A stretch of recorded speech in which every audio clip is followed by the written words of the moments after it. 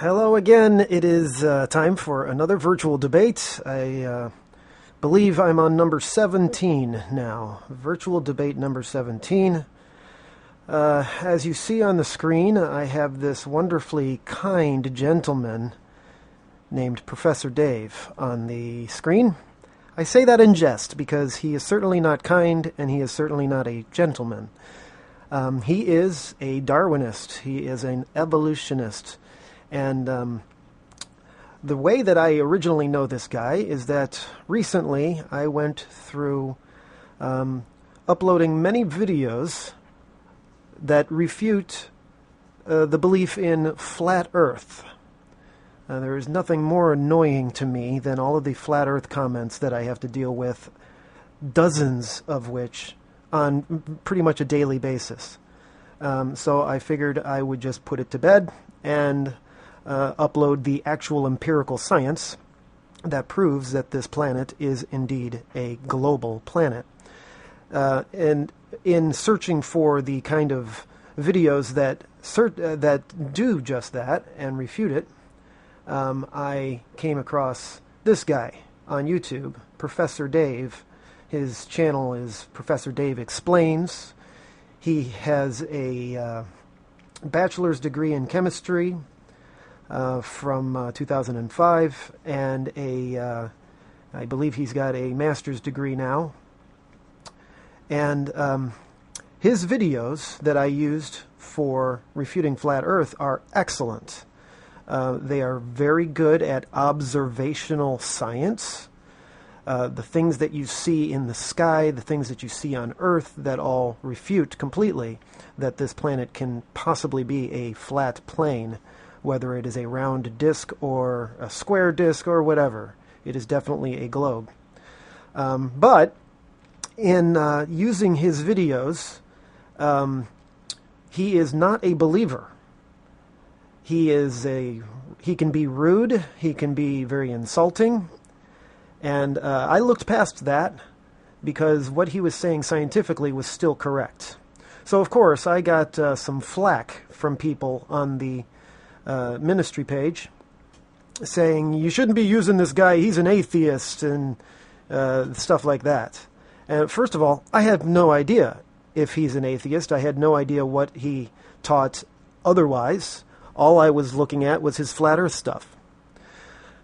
And so I found that he has also posted some videos about Kent Hovind, the creationist. And one of them is a lengthy, I'll go over there now, a lengthy debate. Video's an hour and 47 minutes long here. A debate between the two of them about creation or evolution. And he is definitely an evolutionist. Now, I didn't know any of this when I posted the Flat Earth videos. It really doesn't matter, because what he says in the Flat Earth videos is still correct, no matter what he thinks about creation and evolution. But then I came across this video and figured, I better probably pay attention to this and see what he's saying. And I watched this debate, and boy, is it horrible. The guy is just so rude. Professor Dave is just so rude. He constantly interrupts all the time and tries to talk over Kent Hovind, doesn't give him equal time to speak. It wasn't moderated very well. The way this debate worked was the way this video works, because this video is on Professor Dave's channel, so of course it's going to be biased towards him. The first 3 minutes of it is him, as an intro, just giving ad hominem attack after ad hominem attack, just attacking the man, Kent Hovind. He says stuff about him, being in jail for a while, and all sorts of claiming that he doesn't have a doctorate degree, and just all sorts of ad hominem stuff. And then as we go through this debate, he ends up, the way it's moderated, they have 8 minutes, and Professor Dave goes first for 8 minutes, presenting his case for evolution. And then Kent Hovind speaks for 8 minutes, presenting his case for creation. So what I'm going to do here is I'm going to go through Professor Dave's 8-minute intro and address the things that he said during his 8-minute diatribe. And I'm going to do that basically because Kent Hovind did not. Okay, when Kent Hovind had his turn after Professor Dave, he did not address any of the stuff that Professor Dave said. And I don't know why. Kent Hovind is usually better at debates than he was in this video. So after that, they just go into, over an hour of arguing back and forth. The moderator doesn't really stop them. They just bicker back and forth for a long time. And at that point, Professor Dave, in his aggression that he admits to during the 3-minute intro of this video, his aggression just gets the best of Kent Hovind. Kent Hovind's microphone is also quieter than Professor Dave, which is just unfair. And then after a while, they start going into questions and answers from the moderator. He asks questions to people. And of course, all of the questions are going after Kent. Gee, go figure. I'm pretty sure this modern day debate right here, modern day debate website is not really friendly to creationism. I'm pretty sure the way this was set up was, as Professor Dave says in the intro, that somebody contacted Professor Dave wanting him to debate against Kent Hovind, which is just a setup. They're just looking for somebody to try and refute what Kent Hovind says. Now, he never does actually refute anything. It's just the bully tactics of interrupting him, arguing over him, not letting him speak, and that sort of stuff. This 8-minute thing that I'm going to go through is just a barrage of all of these various arguments that Darwinists always make. And the funny thing is that pretty much everything in this has already been addressed and answered by Kent Hovind in his seminar. So if you would have bothered to watch the seminar, you'd know the answers to all of this stuff. So, all right, so I am almost 8 minutes into this already. Let's get into Professor Dave's case here. Okay, here we go. Let's begin by stating that evolution by natural selection is an observable fact. Expose some bacteria to antibiotics, chance mutations lead to resistant ones, the rest die, and soon they're all descended from the resistant ones. That's evolution by natural selection. Okay, that is not true. That is not Darwinism. Bacterial resistance is something completely different. The bacteria that survive already had the genetic information to be able to survive. And then you just killed off the weak ones. And then the ones that were still around, that had that genetic ability to survive, they're the ones that reproduce. And now you've got a whole bunch of bacteria that all have that same ability to survive. Okay, that's not Darwinism. It didn't turn into something different. It's still bacteria. Okay, it didn't evolve into something that's no longer bacteria. Okay, adaptation is very different from Darwinism. Okay, Darwinism is the claim that things eventually turned into other things that are no longer the same as the original thing. Okay, that's what's being argued here, is creation versus evolution, and the better way to say that is creation versus Darwinism. That's why I don't like using the word evolution.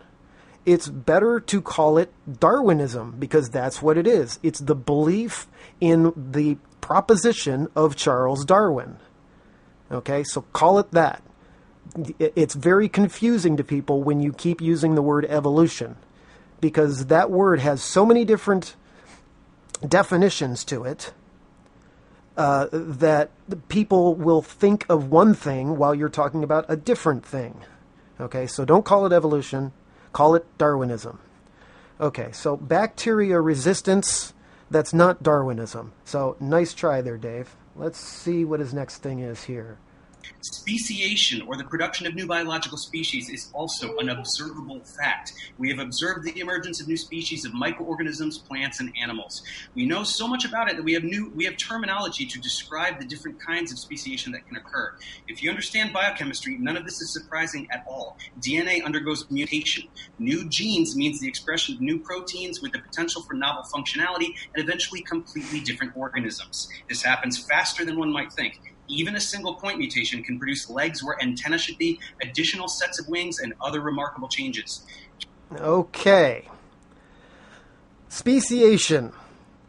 When there was an original kind, and he's going to get on his rampage about the word kind, of course. That's what all Darwinists do. But the original kind of animal can adapt and vary and turn into all sorts of different adaptations of the original kind. You know, if there were two original dogs, dog kinds, if there were two original dogs, that eventually filtered down through time into Chihuahuas and Schnauzers and Great Danes and all the other different dog breeds that exist.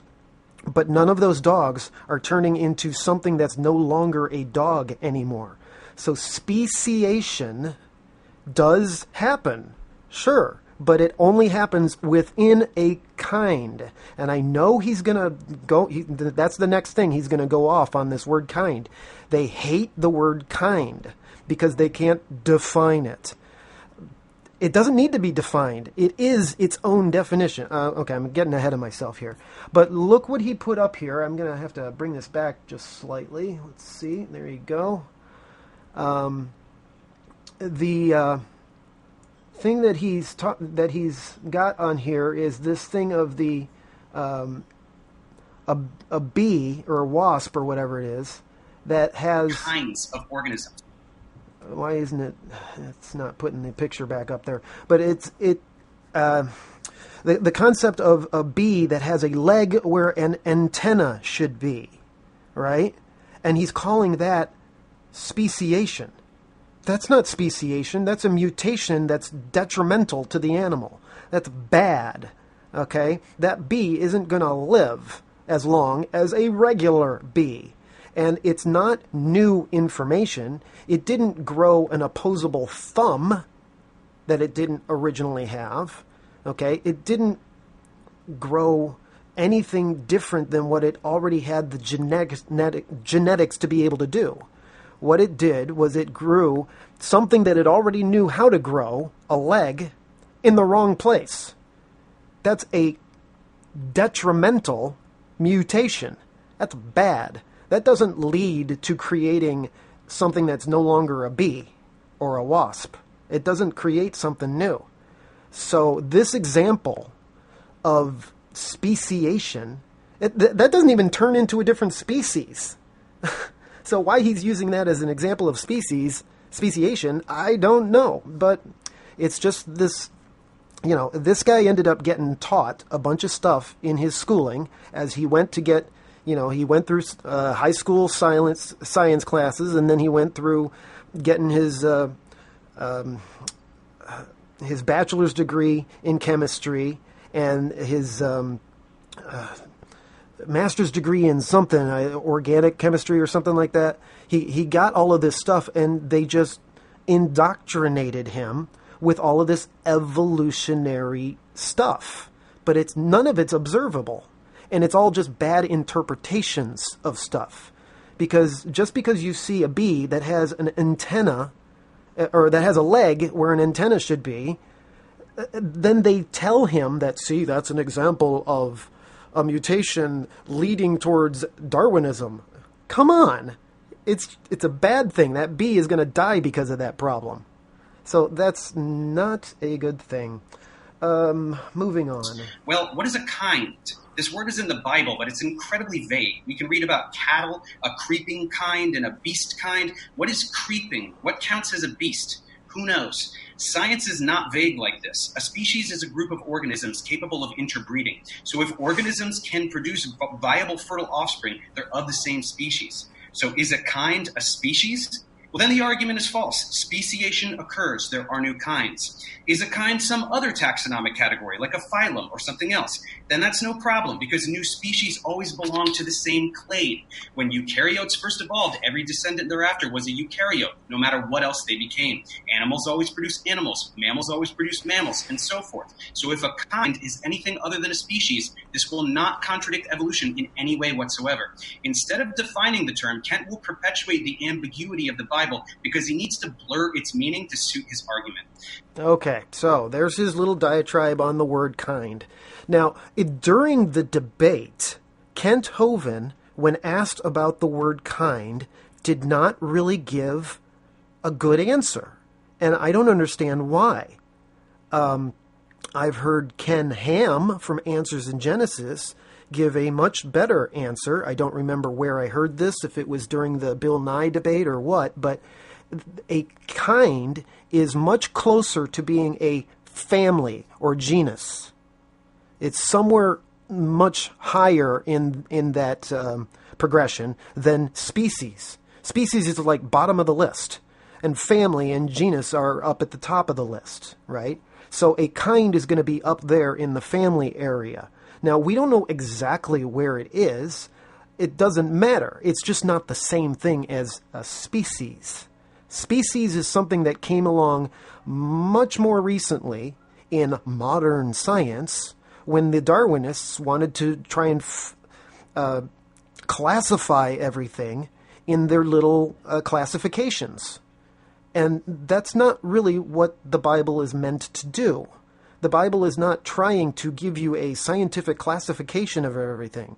Instead, the Bible says if it swims in the water, it's a fish, right? That's why a whale is considered a mammal by the Darwinists, but a fish by the Bible. Okay, the Bible's not wrong about that. It's just that mankind came along and reclassified things differently than what the Bible did. That doesn't make the Bible wrong. It just means that man wanted to classify it differently and redefined things. Same with the bat. The bat is considered something that flies in the air like a bird. Okay, but it's not technically a bird by today's modern scientific classification. Fine, that doesn't mean the Bible's wrong. It's just the way that modern science comes along and redefines things. So what is a kind? It's a kind, just like it sounds. If there's elephants, it's an elephant kind. Now, after elephants, we got the Asian elephant, we have the Indian elephant, but they're still elephants. So there's an elephant kind. After they got off the ark, they eventually speciation happened, and because some of them were in India and some of them were in Asia, they ended up turning into Asian elephants and Indian elephants. Simple as that. It's not really that difficult to understand. It's just that these Darwinists don't want to understand it. It's not rocket science. It really makes common sense if you let yourself believe this. Okay, next thing he's going to say here. Now, if speciation happens today, it's logical to extrapolate that it has produced all the species that are already here. Okay, logical to extrapolate is the phrase he just used. It is logical to extrapolate. You know what that means? It means he's guessing. It is an educated guess. It is a guess nonetheless. That means it's not knowledge. It's not known, it is inferred, is another word that you could use. Logical to infer, logical to extrapolate. Okay, so that right there is his own admission that it is belief, not knowledge. Which makes it, like Kent Hovind and all of these guys say, all the creationists say, which makes it a religious concept. A religious belief, a faith, if you will. It is a faith that these things came from common ancestry. Okay, it is a guess. Next. If this is the case, there should be some evidence. For example, shouldn't there have been any intermediary species? Well, fortunately, fossils exist. And after we found enough of them, we were able to identify more transitional species than you can shake a stick at. Okay, I've got to stop him here. I got 9 more seconds of this particular thing here. But before I let those other 9 seconds go, stop him right here where you see the horse ancestry on the screen. Right? Horses evolved into this one, and then evolved into this one, and then evolved into this one. If you're familiar with the Kent Hovind seminar, this is easily refuted. This is fake. This is a fraud. This never really happened. There's so many problems with this, about the number of ribs that they have or whatever. There's details that you can get from the actual Kent Hovind video that proves that this was a fraud a long time ago. Why is he still using it as an example of evolution? He should know, if he was taught proper science, that this was disproven a long, long time ago. The horse fraud is not evolution. It never actually happened. But it's still in the textbooks. Why? I can't believe that Professor Dave would have used a really old textbook or website to get this from. I'm sure he got it from the latest textbook or whatever. Well, why is it still being taught when it's been proven to be a fraudulent example created a long time ago? Okay, let's let this go. We have fossils that bridge from fish to tetrapods, from land mammals to ocean mammals, from dinosaurs to birds, and every other transition you can think of. There is zero evidence of dinosaurs turning into birds. That is fake science that is out there. There is zero evidence of it. And every particular kind of example that you might offer can be easily refuted. Now, what's the common denominator here? Look at this. Look at this. What is that? It is drawings. It is not photograph. It is drawings. Artist conceptualization. Okay, it is a human that is imagining that this turned into this, and then turned into this, and then turned into this, and then turned into this. There's no actual evidence. It's just a drawing in a textbook to make people believe that it happened. But there's no evidence that it actually happened. Just because there's a fossil of this animal, and there's a fossil of this animal, and then there's a fossil of this animal, and a fossil of this animal, and a fossil of this animal, does not mean that they turned into each other. You can't prove that this animal had offspring that eventually looked like this. There's zero proof of that. It is an imaginary belief that happened. You don't have empirical scientific evidence that happened. There's zero evidence that this eventually had this. No matter how many millions of years you give it, you can't empirically prove that happened. Same with this or this turning into this, because that's what they're claiming, is that a cow-like animal eventually went back into the water and became a whale. That's pure imagination. You don't have evidence of that. Okay, and then the dinosaurs to birds thing, because they see this animal, they think it's a dinosaur, and they think it has wings.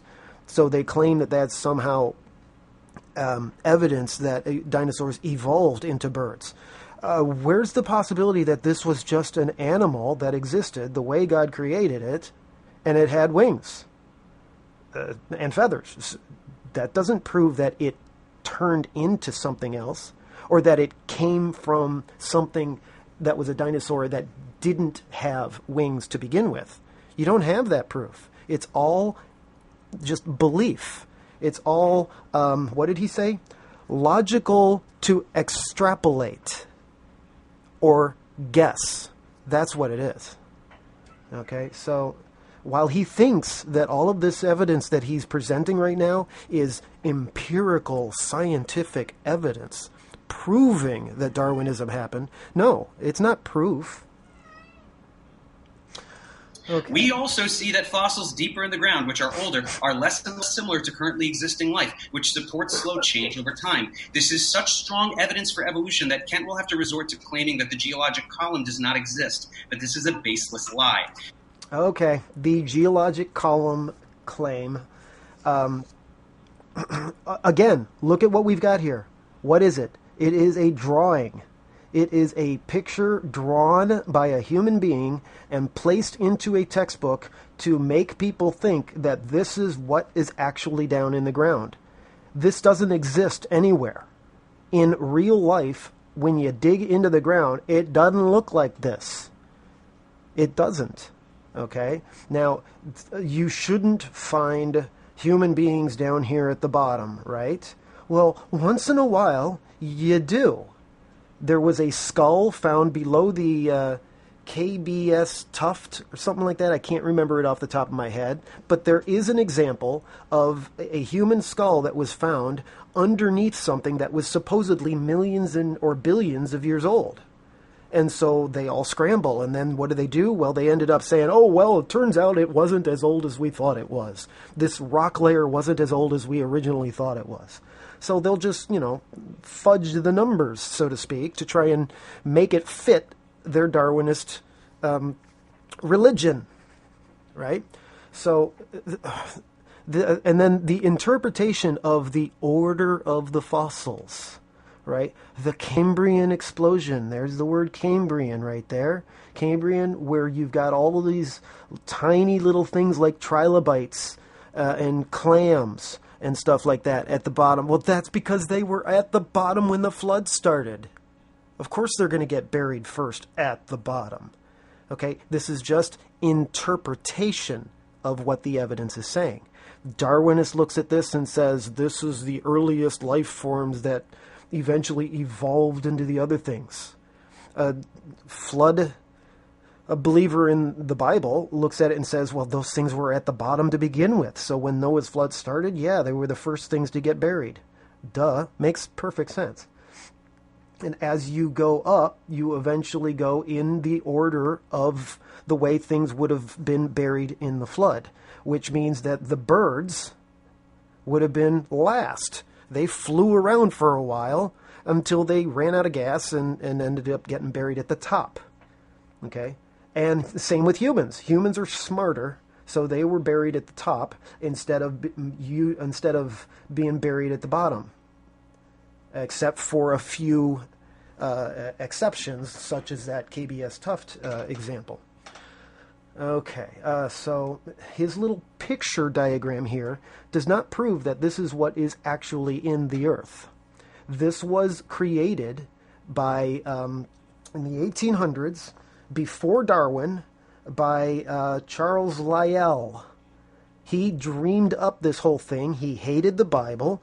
He did not want to believe that the Bible was true, so he came up with all of this millions of years type stuff, and that got fed into Darwin's head. He read Lyell's book, and Darwin picked it up from there and turned the evolution theory out of Lyell's geology stuff. But this all came from Lyell. That's where this originated, Professor Dave. Look into the history of it. You'll find out I'm right. Okay, next. Furthermore, we can figure out how old these things are with radiometric dating, another technique that Kent will desperately accuse of being invalid without any basis whatsoever. Isotopic decay rates are constant, and measuring their levels reveals their age. We can corroborate these ages by using multiple nuclides, and when we get the same age using uranium dating as with potassium-argon dating, the notion that these coincidentally offer the same result, not once but thousands of times, is a statistical absurdity. We can also compare with unrelated methods like tree ring dating or referencing documented historical events. Radiometric dating works, period. Okay, all right. So, and I was going to say this earlier too, but he just did it again, so I'll say it now. He ends up, flashing this kind of stuff on the screen for wow factor. Look at all this incredible technical science stuff. He must be right because of all of this incredible technical science stuff, right? But it doesn't work that way. And he said something about the decay rates and the half-life of these things are known. They are scientifically known. Yeah, that's true. But that's not the only thing that's used in radiometric dating. You also have to assume how much radioactive material was in the thing to begin with. You don't know that information. You have to know that information first before you can then extrapolate. Logical to extrapolate, you say. You have to assume how much it started with so that you can then extrapolate how much of it is gone. And then when you figure out how much is gone, then you can do the math based on the half-life to figure out how old it supposedly is. But you don't know how much it had to start with. You also don't know if the decay rate has been constant all of this time. You see what it is today, but you don't know it's always decayed at that same rate. That's possible to have changed over time too.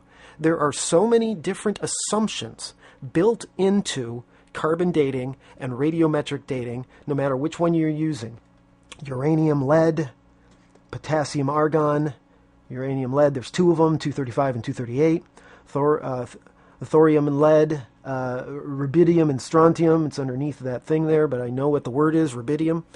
These things are based on assumptions that Dave is either unaware of or ignoring. Or he's aware of them and thinks that they're good assumptions. Okay, well, Professor Dave, you are assuming something, and your assumption is what makes it a religious belief. Because you are assuming what the original amount of material in the fossil had, because you are assuming that, but don't actually know it, it is now entered into the realm of non-science. Okay? So his supposed claim that it is carbon dating works, period, is not true. Okay, and then he also tacked on the end here these things here. Tree ring dating. Did you know that if you grow a tree, there's people out there that grow trees for a living, right? And they will grow a tree, and if they cut it down after 1 year, only 1 year, how many tree rings do you think it has? You would guess 1, correct? But it does not. They can have 7, 8, 9 rings. Okay? So tree ring dating is not even close to being the exact science that you are led to believe. Tree ring dating does not prove anything. Okay? You can get close. Approximation is fine, I suppose.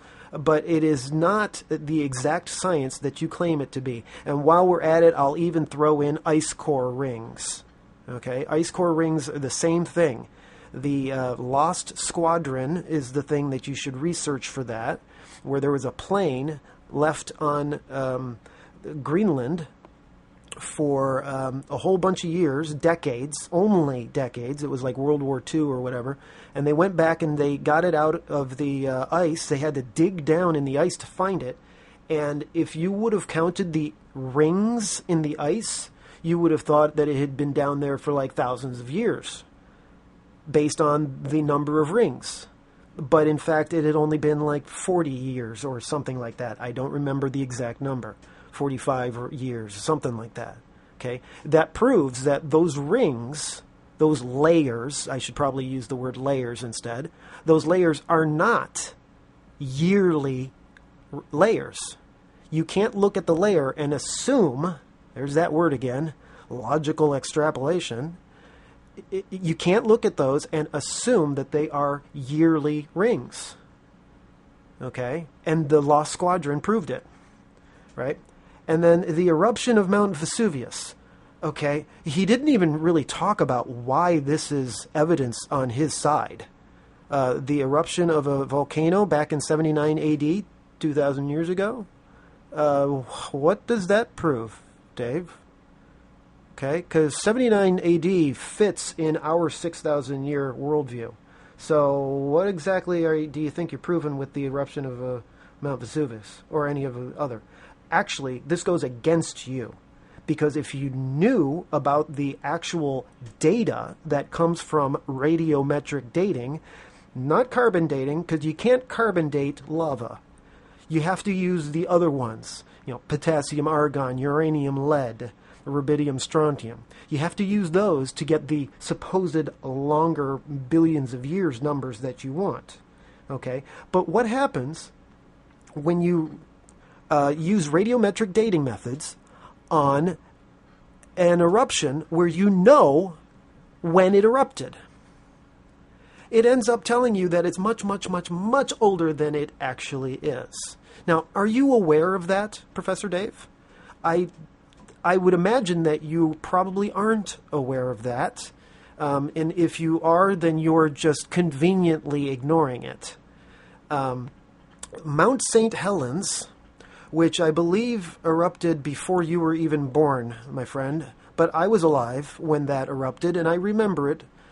In the state of Washington, Mount St. Helens erupted, I believe it was 1980, and it was within, our lifetime, my lifetime at least, and we know when it happened, but did you know that when they went there, and I keep wanting to say carbon dating because it's just the simple go-to off the tongue. So if I say carbon dating, I mean radiometric dating. But when they radiometrically dated Mount St. Helens, it came back as millions of years. How does that happen? Maybe because the radiometric dating methods are flawed and don't actually work like you think they do. Okay? So, nice try here. Now, I'm just glossing over this stuff right now, of course. This is a virtual debate. I'm not going to give you hours and hours of seminar-type information on one particular subject, but I highly suggest, because this is a big deal. The carbon dating, radiometric dating issue is a huge deal because it is the only real thing that you Darwinists claim that you have that's actual empirical proof of how old stuff is. It's the only thing you got, really. But it doesn't work. It's not actual science. It's based on assumptions, and those assumptions are false. Okay? Now, I have on my playlists, on YouTube, I have a playlist specifically for carbon dating. I think. I will if I don't already. And same on Facebook. Okay? There are videos that go into all of the details.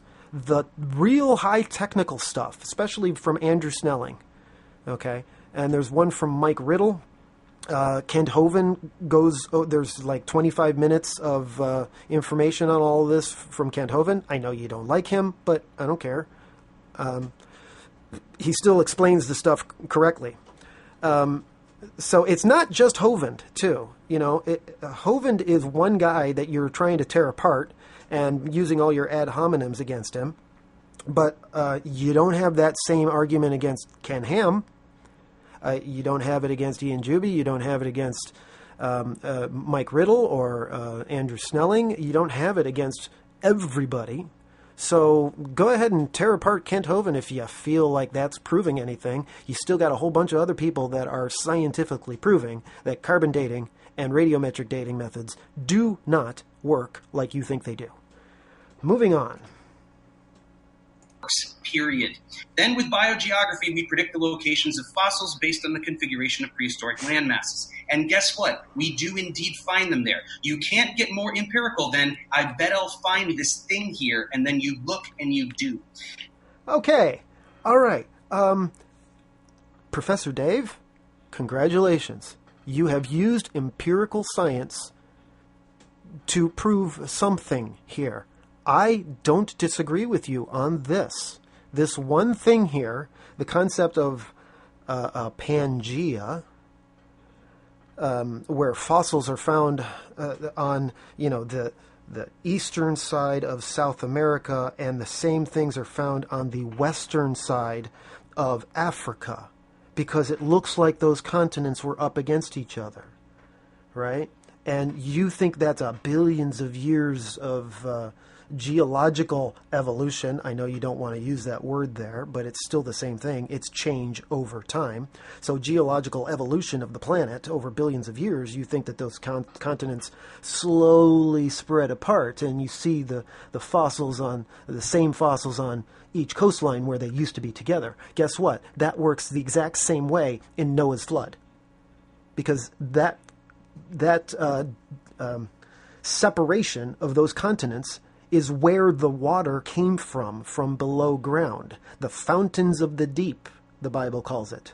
That's where the water came from. A lot of the water, probably the majority of the water, came from a high majority of the water. The rain for 40 days and 40 nights from the water that was above, that was probably a much smaller percentage of the water that came from Noah's flood. Why do I say that? Because it only lasted 40 days and 40 nights, compared to 5 months of the water still going up. Now, if you read the Bible, you would know that these details are all in there. Okay? So, fossils being found, the same kind of fossils, on the same coastlines, which supposedly prove this Pangea concept for your Darwinistic beliefs, okay, fine. I don't have a real problem with that, because the Bible says that the original creation was one big continent to start with, and then one big ocean, the Pacific, to start with. The Bible describes that. So if you want to call that Pangea, whatever, I don't know what God called it. Actually, I do know what God called it. He called it Earth. That's what the Bible says in Genesis 1. So I don't really have a problem with your belief in what you call Pangea, and therefore the fossils being the same on both sides. Fine. We agree on that. We just disagree that you think it took billions of years for those to separate, and I think it was just Noah's flood that ended up making that separate. I will throw in here that I suggest people watch a playlist on my YouTube channel called The Expanding Earth Theory. That makes a lot even more sense of this. Now, I'm sure Professor Dave will just scoff at that and laugh it off and not even look, but that's fine. I don't expect him to pay any attention. I don't think he's even going to watch this video, so whatever. I will also throw in that Kent Hovind does not believe in Pangea. I believe he is wrong about this. He's against it because it's what Darwinism teaches. It's what Saganism teaches. Carl Sagan, billions and billions of years ago. So I coined the phrase Saganism to talk about that. The belief in billions of years is really where this Pangea thing ties in. And so, while you think you're using it to refute Kent Hovind on this one thing, I think you're right. Yeah, but it still works with the Bible.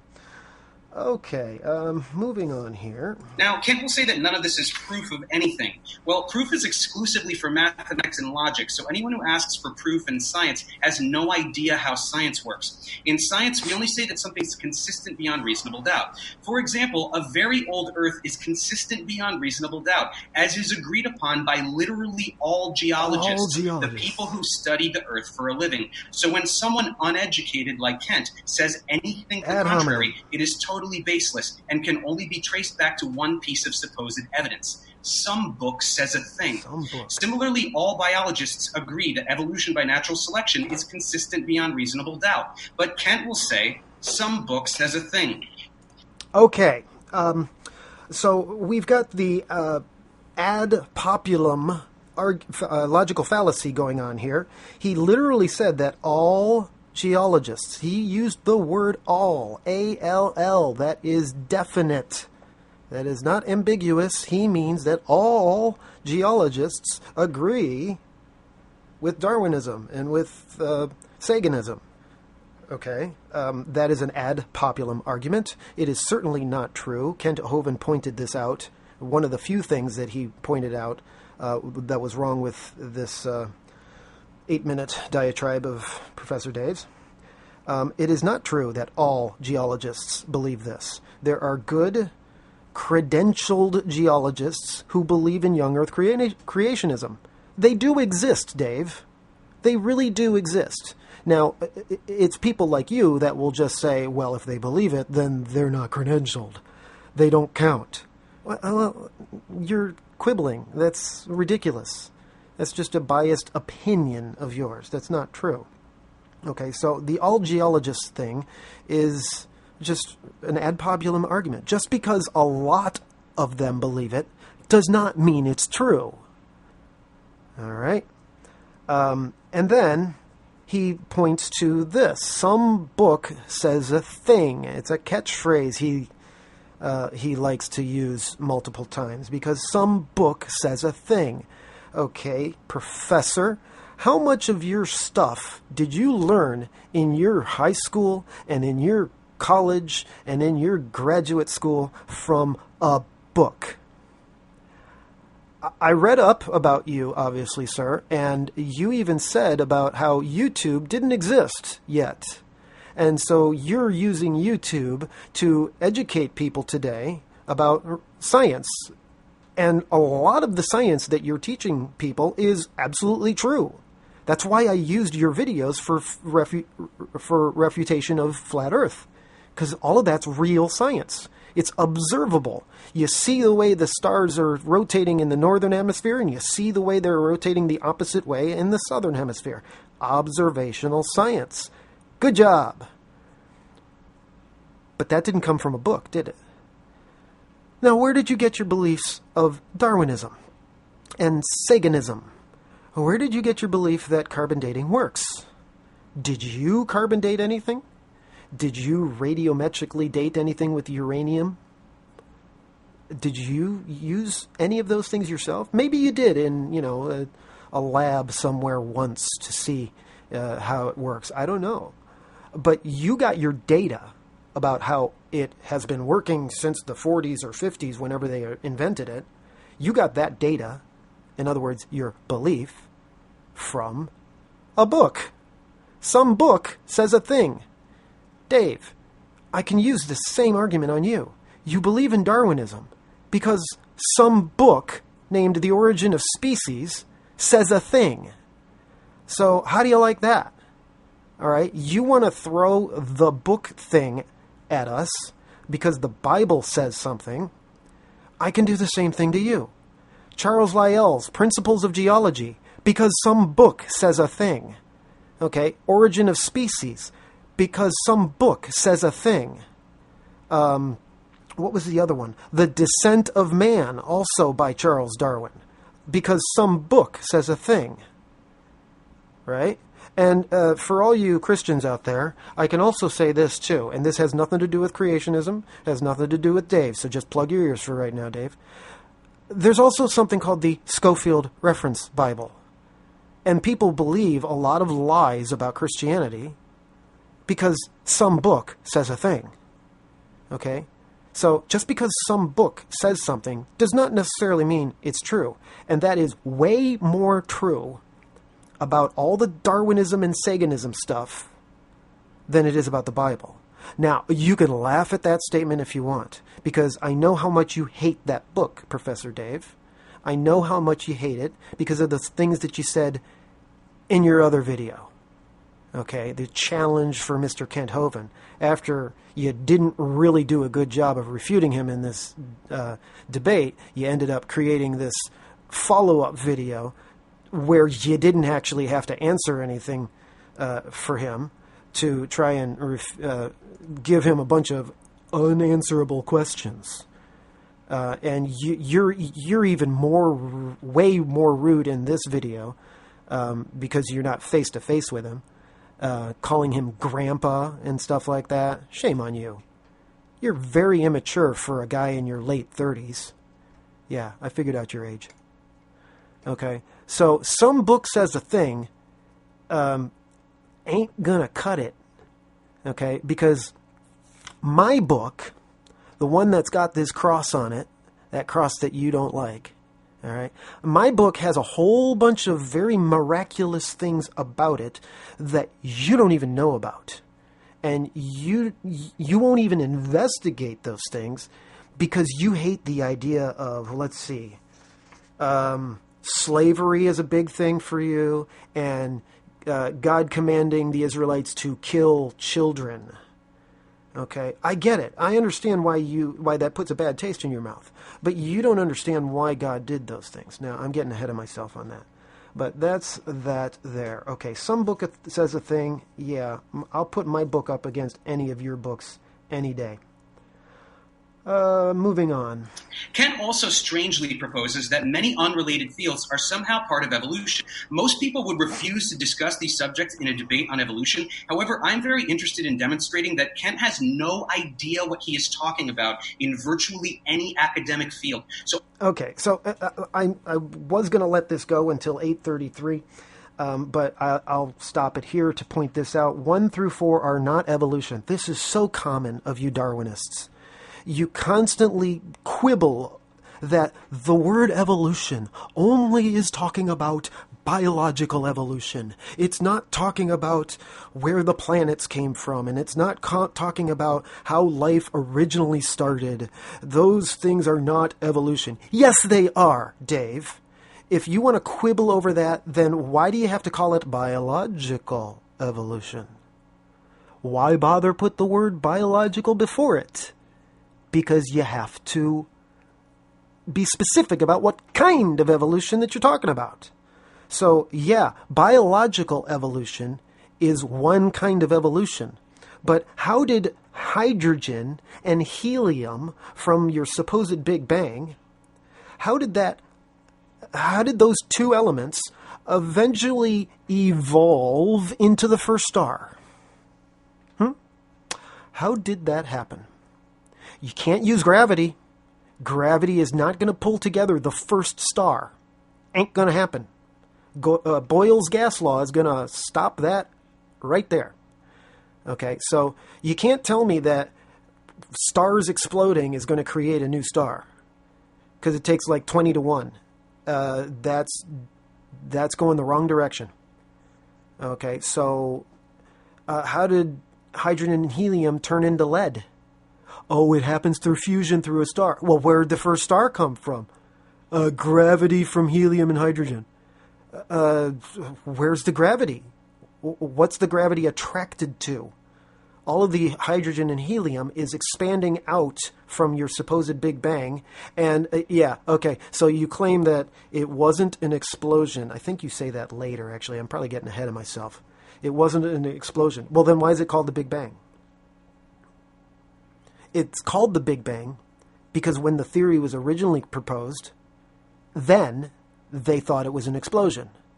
And then when they realized how ridiculous that is, they've now redefined that, it wasn't an explosion, it was slow now. But they never changed the name. Now, maybe you're not aware of the history of it. That wouldn't surprise me. Okay, so these 4 things, 1 through 4, that you are claiming is not evolution, yeah, it is. Change over time. How did hydrogen change over time to eventually become lead? How did all of those things eventually change over time to create stars and create planets and asteroids, comets, etc.? How did those evolve? I don't care if you don't like the word, but the word is appropriate. How did they change over time to become what they are when they weren't before? Okay? And how did non-life evolve to living? I don't care if you don't like the word evolve being used there, but it's appropriate. It changed over time. Time supposedly created living material from non-living material. How'd that happen? Okay, you have to, these are prerequisites. You're a college guy. You know what that word means. You got to take certain classes before you're allowed to take others. Prerequisite. Those 4 things that are not evolution by your definition are still prerequisite to your definition of biological evolution. So you can't be claiming biological evolution definitely happened, even though we can't answer the first four. Sorry, doesn't work that way. I'm going to permit the discussion of these topics, and I hope very much that he wishes to discuss them. In fact, let's introduce them now. Kent wants to know about what he calls cosmic evolution, which he thinks is the origin of time, space, and matter in a huge explosion. The Big Bang was actually the origin of space-time and energy, not matter, and it wasn't an explosion. Okay, yeah, there's that not an explosion thing. So yeah, now they've changed their story in more recent years/decades. And claimed that it's no longer an explosion, now it's slow expansion. Okay, well, you don't have proof for either one, so whatever. And not matter? Okay, well then where did matter come from? If the Big Bang did not bring matter from nothing, then where did matter come from? I'm crickets. If I had the sampler machine to play a cricket sound in the background, I'd do it. You know, I mean, my videos are very simple. I don't use all that animation type stuff that you put into your videos because it's not about dazzling people with sight. It's about logic. Okay? So, logically, where did matter come from? If it didn't come from the Big Bang, where did it come from? And if you're going to claim that it just always existed, where's your proof of that? You don't have proof of that. That's a religious belief. Uneducated people like Kent imagine the Big Bang as fully formed planets and galaxies. No. This is totally a straw man argument. No one in creationism, nobody ever claims that your Big Bang theory just popped out fully formed planets and stars. Nobody says that. That is not at all what we claim that you teach. We don't say that. We know what you teach. We know that you claim that hydrogen and helium eventually, through some gravity, to what? Gravitational force to what? Don't know. But through gravity, eventually turned into one star. And then that star eventually, exploded and turned into another star? Another two star? How does that work? If it takes like 20 supernova to create one star, how does that work? The math is backwards. Okay? So this is totally straw man, dude. Nice try. Tumbling out of a kablooey graphic. This would indeed be quite absurd. In actuality, the model describes the universe arising from an initial singularity and then progressing through a series of epochs that require a lot of knowledge in particle physics to understand. Yeah. Atoms took 380,000 years to form, and all religion. This is all religious belief. You have zero empirical evidence that it took however long you said for atoms to be created. You don't know that. That's just something that one of your textbooks, or maybe 4 of your textbooks, told you to believe. You don't have actual empirical or observational evidence that that's what happened. It's all religious belief. Stars and galaxies took 150. And look, you're showing me a drawn diagram. A human drew this. All your science stuff is based on this. You know, when you show me a picture of a ruler that is measuring the length of something, that is a photograph of actual empirical science. It's truly measured. Okay? But all your Darwinistic and Saganistic beliefs, all of it, comes from drawings. That famous ascent of man that's in every textbook of, you know, the humped over ape that eventually turns into something standing up further and something standing up further, and then the white man is on the end of it. Yeah, no racism there, huh? It's all fake drawing stuff to make up your religious belief. Million. There's overwhelming evidence to support all of this. 1, the recession velocities of galaxies and the expansion of the universe.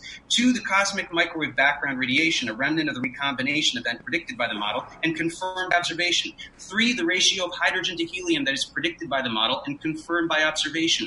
4, hypothetical particles from early epochs that are confirmed in particle accelerators. Astronomers unanimously agree that this model... Unanimously! That's not true. There is an astronomer named Jason Lisle that is a true astronomer. I'm pretty sure he's got a doctorate, too. I'm pretty sure he's Dr. Jason Lisle. I might be wrong on that, but I'm pretty sure he's a doctor. He's an astronomer. He's got a degree. You don't have a doctorate degree. So he outranks you. And he's an astronomer, and he's not part of this unanimous consent. So your ad populum argument here, again, doesn't work. All of those things that you showed are, again, they're consistent with what we believe too. They fit in with what God's creation says as well. So it doesn't prove your belief in a Big Bang, in an atheistic, non-God Big Bang. All right, so it doesn't work. It doesn't prove us wrong. Consistent beyond reasonable doubt. So when Kent begs to differ, once again, he can only respond with, some book says a thing. Yeah, and where'd you get your diagrams from? Some book? Next, Kent wants to know about what he and no one else calls chemical evolution. He wants to know where all the elements come from. I'm someone else, and I call it chemical evolution too, because it makes sense. It's logical to extrapolate that the chemicals, periodic table of elements, that the elements had to change over time from hydrogen and helium into carbon and oxygen and all the others. Okay? That's change over time. That's chemicals changing over time into other chemicals. Better word for it is evolution. I don't care if you don't like us using the word evolution there, but it's true. It is logical to extrapolate. They're made in stars, Kent. This is immaculately well understood. Where'd the first star come from? You can't answer that. You assume that the first star somehow miraculously, without a God, somehow formed from the original Big Bang hydrogen and helium. But there's nothing for gravity to attract to yet. So how does the first star pull itself together when everything is expanding outward like spokes on a wheel from the original Big Bang? It doesn't make sense. There is zero logic to your belief of the first star. And beyond that, there's zero logic to... I'm getting ahead of myself. The process is called stellar nucleosynthesis. It's really hot in those stars, so all those nuclei are whizzing around, and sometimes they fuse. 2 protons gives us helium, 4 is beryllium, 6 is carbon, 8 is oxygen, and so forth. This goes all the way up to iron inside a star. Heavier than iron requires high-energy events like supernovae, and the very heaviest are synthetic, produced only in particle accelerators. So it requires human intelligence to create the others. There is all the elements, no problem. Oh, yeah, no problem. No problem. Just naturally happens. Well, we assume that it naturally happens. We've never actually seen a star form by itself without the aid of another star. Actually, you've never seen a star form itself even with the aid of stars. That's imaginary too. Because how long does it take for a star to form, Dave? I'm pretty sure, by your Saganistic beliefs, that it's going to take millions of years. Maybe it's only hundreds of thousands of years. I don't know where your time scale is on that. Maybe it's billions of years for a star to form. How are you going to empirically measure that in your 37 years? How old are you? 37, 38, 39? I don't know. 35? How are you going to do that? How are you going to do that in even the 6,000 years of known human, and I'm sure you'll laugh at that number, the known human civilizations on this planet, according to Darwinists, only go back, several thousand years if you want to bring it back 12,000 or 20,000 or whatever. Still, even in that time frame, how are you going to measure the birth of a new star in thousands of years of human history? You can't. It's not possible. You are, and really, you're only looking at it from modern science. So you're only looking at it in hundreds of years. And have we seen a star form in only hundreds of years? How is that possible when it takes a lot more than hundreds of years for a star to form? You don't see stars form. You are assuming that these stars are forming. Next, Kent wants to know about the evolution. Yeah, see, I got ahead of myself. Here it is. Of stars and planets. Again, no mystery here. Hydrogen collected by gravity to form stars. Stars fuse all the elements. Eventually, they explode. All that matter collects to form another star. Yeah, okay. Gravity exists. I have no problem with that. I am not a flat earther. Okay?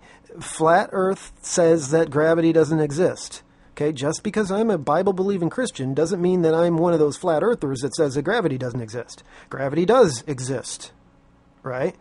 So how does the first star gravitate towards itself to become the first star? What's it being attracted to? How does it get started?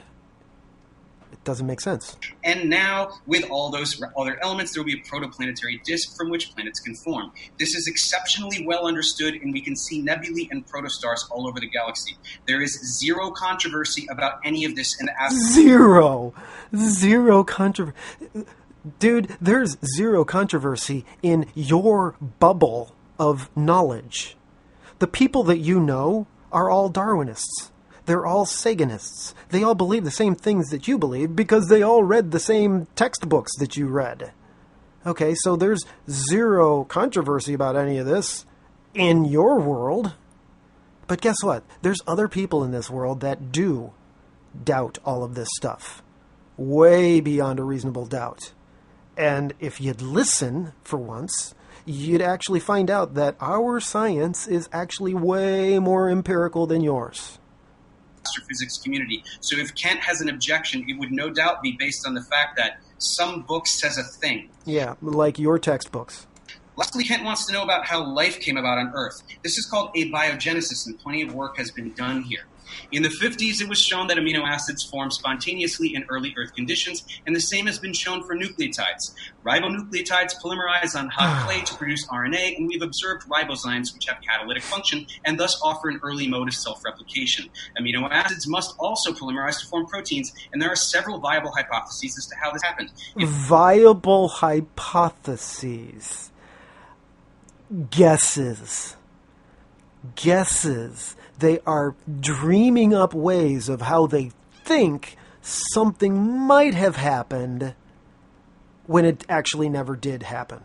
That's the problem here, is you are trying to guess how something that didn't actually happen happened. If Kent is interested in discussing organometallic catalysis, I would be happy to elucidate further. Finally, amphiphilic molecules spontaneously self-assemble into ordered structures like micelles and bilayers. Okay, so how did those get created to begin with? Making boundary formation the least mysterious aspect of abiogenesis. Only with knowledge in biochemistry has abiogenesis become quite sensible. So it's not surprising that Kent rejects it, because he has zero knowledge of biochemistry. Okay, see, you just throw all these flashy, big words out there. Within, let's see, that was your abiogenesis section was 50 seconds long. In 50 seconds, you threw out a whole bunch of big words to make it sound like it is totally reasonable to believe that non-living matter eventually, by no help of any intelligent being, just formed itself. Okay, well, I ain't buying it. Nice try. This is just a virtual debate. I can't prove you wrong in a matter of seconds either. But logic just says that there's no way that living material can just spontaneously come from non-living material. It's never, ever been observed. Now, if you want to take living cells and say that they they somehow organize themselves. They're living. They're already living. Or did I misunderstand something? Are they not living? Are they dead molecules that are somehow organizing themselves? How? No, they got to be living. If they're somehow moving, organizing themselves, then they're already alive. Only evidence Kent can ever cite is some book, which is allegedly written by an omniscient deity, but doesn't bother mentioning anything scientific anywhere. Why? Have you read the Bible? Or have you just heard people say bad things about the Bible all your life?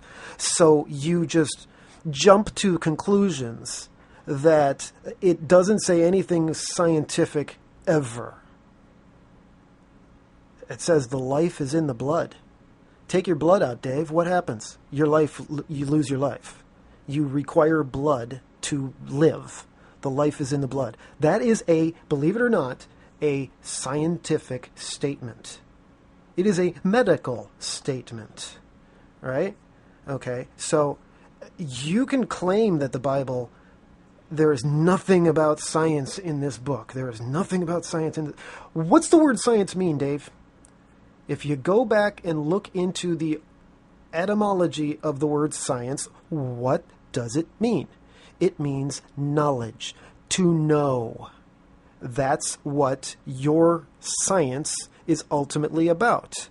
To know how atoms are connected to each other to form the different elements on the periodic chart, right? That is knowledge. There is nothing wrong with that, okay? But the word science has been hijacked by Darwinism and by Saganism to claim that it is scientifically known that animals turned into other animals. That's not science. That's a religious belief. It's never, ever been observed. It is now no longer science. Okay? Now, if you read through the Bible, there's a whole bunch of various things, and I've got videos that I will be uploading eventually. I have not uploaded them yet, although a lot of my creationism stuff will touch on stuff like this too, where the Bible does discuss scientific things here and there. There's a bunch of very interesting things in the book of Job that how is it possible that somebody 4,000 years ago, the first book written in the Bible, Job, how did he possibly know these various scientific things? But they're true, and we know that because of modern science today. And Job knew it 4,000 years ago when he wrote his book, which supposedly wasn't written by an omniscient deity. Well, guess what? It was written by an omniscient deity, the Creator. So you can claim that this book has nothing scientific about it, but you are wrong. You don't really know this book. I have read this book cover to cover since 2004. Since before you got your bachelor degree. I'm very, very familiar with this book, sir. I read it every day. Okay? So I know the book way better than you do. You just hate the book because it tells you things you're not allowed to do. Doesn't it reference bacteria or DNA or the laws of physics? That would be... The laws of physics? Sure. Yeah, when something falls to the ground, it's because of gravity. And there's things that fall to the ground in the Bible. Am I making it too simplistic for you? Sorry, but that's still science. It's still knowledge, okay? The Bible doesn't get into technical things about DNA. No. That's a recent discovery. But that doesn't mean that the Bible was wrong about anything. God created DNA. There is so much information inside DNA, it is impossible that it could have just randomly programmed itself. That is insane to believe that it just randomly happened by mutations. DNA, really? Do you have any idea how complex DNA is? Do you have any idea how much information is inside DNA? It's probably not the right word to use, but it's astronomical, the amount of DNA information. And you want to believe that it just randomly programmed itself? Like, you really got on Kent Hovind about using non-biological analogies. You know, whenever he said that a car didn't evolve from a skateboard, you'd say, it's not a biological thing. So, it's still a good analogy. A car was designed. Microsoft Word, the program, a word processing program, didn't just program itself. Human intelligence programmed it. It's still a good analogy, even though you want to just throw it out. It's not biological. Making it biological doesn't somehow make it form itself. That's not the magic ingredient. That doesn't work. You have zero empirical evidence that it does. Quite something, and also trivial for the God that created the universe. And yet nothing intelligent is in this book at all. Oh, such hatred for a book you don't even know. I would love to know if you've even read the entire Bible. I would bet that you haven't. I would bet that you have maybe dabbled in little bits here and there, and it was always in a biased, scoffing way. Okay? Because you do quote some things in this other video. I don't know how much I want to touch on that other video, but you do quote some things in there, so I do know that you've read some passages. The ones that you want to hate. Okay. That's because in actuality, the book was written by ancient, ignorant, immoral men, and it's not evidence of anything whatsoever. I look forward to demonstrating this repeatedly throughout the debate. Okay, let me bring that back here. I want to see exactly what he had said there. Okay. It's just a book written by ancient. Okay, ancient doesn't mean anything. That's not a disqualifier. Just because it's old doesn't mean it's wrong. Okay? By contrast, the book that you believe in, Charles Darwin, Origin of Species, and Charles Lyell, Principles of Geology, are both considered ancient. Okay, so if you want to use being old as being somehow a disqualifier, then same to you, buddy. Okay, ancient doesn't mean anything. Ignorant, ignorance simply means that you don't know something. If you are ignorant of a fact, you don't know the fact. It's a lack of knowledge. It is a lack of science, right? So ignorant. How do you know what they knew? How do you know what they didn't know? How do we know what they knew or didn't know? We don't know. You don't know what they knew. Do you know how the pyramids were built? Do you know how there's a whole bunch of mysterious things by ancient men?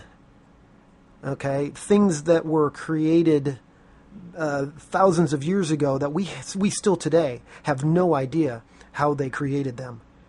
Okay, out of place artifacts, huge bricks of stone. I shouldn't say bricks, but huge stones that are so incredibly heavy. Many tons that there's no way that they could have been lifted, yet they're pieced together so closely that you can't get a piece of paper between them. Stonehenge, how'd they do that? Stuff like this. There are ancient mysteries, and we don't know today, with all our superior scientific knowledge, because we are so smart today, because we got textbooks in colleges.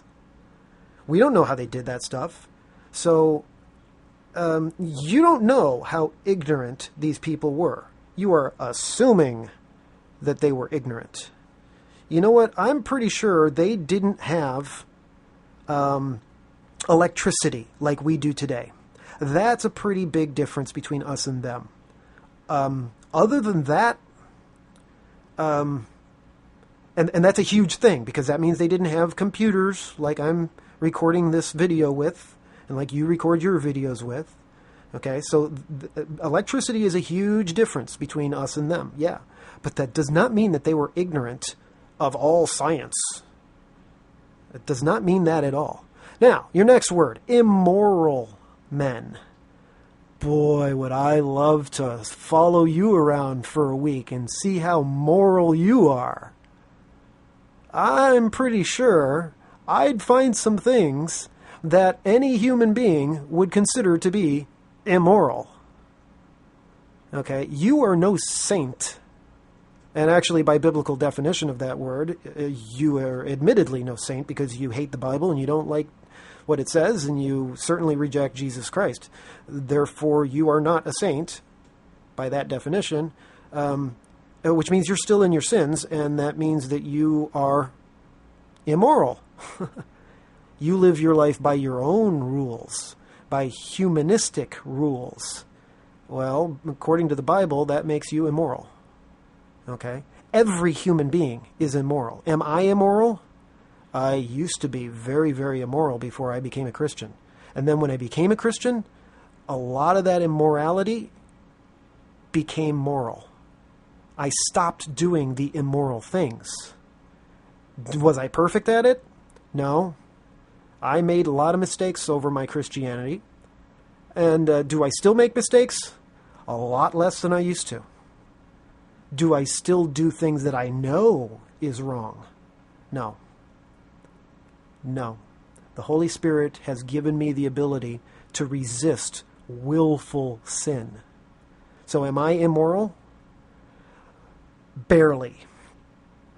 I am, since 2003, I have been given the ability by the Holy Spirit to resist a lot of the sins that I used to do. And then the accidental sins here and there, I repent of them. After I've come to the knowledge that that I sinned, that I said something I shouldn't have, or whatever, I am immediately sorry for it, and I don't want to do it again. That's repentance. Okay? So when God looks at me as a biblical Christian who is repentant of willful sin, and God looks at someone like you, who rejects Jesus Christ, rejects the Bible, and rejects the morality that's taught in it, he's going to look at you as a very immoral man, and he's going to look at me as righteous, right, R-I-G-H-T, righteous. He's going to look at me because of the way that Jesus died for my sins and forgave me of my sins and gave me the Holy Spirit so that I could resist sinning for the rest of my human life. Yeah, I'll still make mistakes here and there, but I'll always repent of them too. That's the difference. Okay, so immoral men, and it's not evidence of anything whatsoever. It's such a ridiculous, absolute statement. How about the Bible is evidence that the Bible exists? That right there negates your ridiculous, absolute statement. The evidence that there was a man named Jesus 2,000 years ago, whether you believe that he was raised from the dead or not, it is evidence that happened. Oh, but it still could be a myth and it didn't really happen. Jesus never existed, right? Okay, well then you got a whole bunch of Roman type of historians to quibble with on that too, because they think that Jesus died as well. Oh, and there's also this Jew named Josephus that believed that Jesus existed as well. So documented evidence exists outside of the Bible that Jesus existed, and then the Bible itself says that Jesus existed. So I'm pretty sure that the Bible is evidence of something. So when you go to such an extreme absolute, like it's not evidence of anything whatsoever, extremism much? That's pretty ridiculous. Okay, so now that is the end of your 8-minute diatribe, and it's a pretty long video as it is. Now, after this, you get into a kind of a shouting match between you and Kent for quite a while, and then the moderator asks some questions, which are all obviously biased against Kent, And then at the end of the video, Kent had to go. And how this is fair, I don't understand, but you stuck around for another while. I don't remember how long it was, 17 minutes, 7 minutes, whatever. But the last segment of the video is just the moderator and you. Yeah, that's equal time, right? Not. That's not fair. But that's what happened. So you certainly did dominate time-wise this entire debate. And how rude you were in constantly interrupting him just goes to show how inexperienced you are in any kind of actual formal debate, which you admit in the thing, in the video, that you've never debated anyone before. So it's understandable how your aggression got the best of you, and you kind of made a fool of yourself there of how rude you were. But then you really topped yourself with this, because this, you pose 5 questions for Mr. Kenthoven. And so I wish I would have tabulated when those questions are. Let's see if I can find them fast. It takes you forever for you to finally get to them.